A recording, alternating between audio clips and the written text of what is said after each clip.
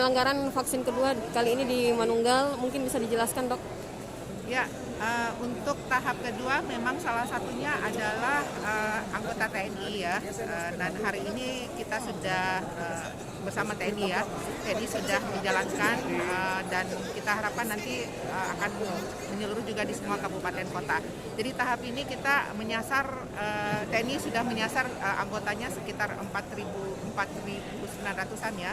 Dari semua yang ada di wilayah Makassar. Jadi mudah-mudahan nanti besok sudah dimulai kabupaten kota juga untuk staf TNI.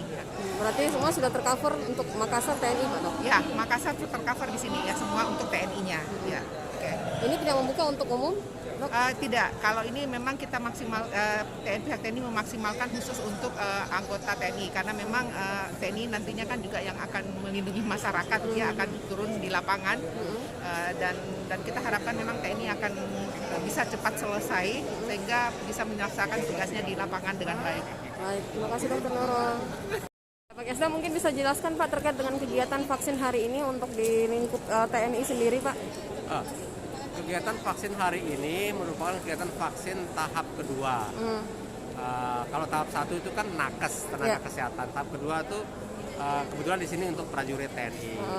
Nah, kita prioritas itu adalah Babinsa yang tracer yang di depan. Kemudian yang kedua itu prajurit-prajurit yang terlibat dalam penegakan disiplin protokol kesehatan yang di lapangan. Yang ketiga itu prajurit-prajurit yang akan bertugas baik ke luar negeri maupun dalam negeri. Yang ketiga kita prioritaskan tenaga-tenaga pendidik yang ada di TNI. Nah, khusus wilayah Makassar hari ini kita laksanakan karena vaksin sudah tersedia dari Dinas Kesehatan. Tidak ada penolakan Pak dari anggota Bapak sendiri?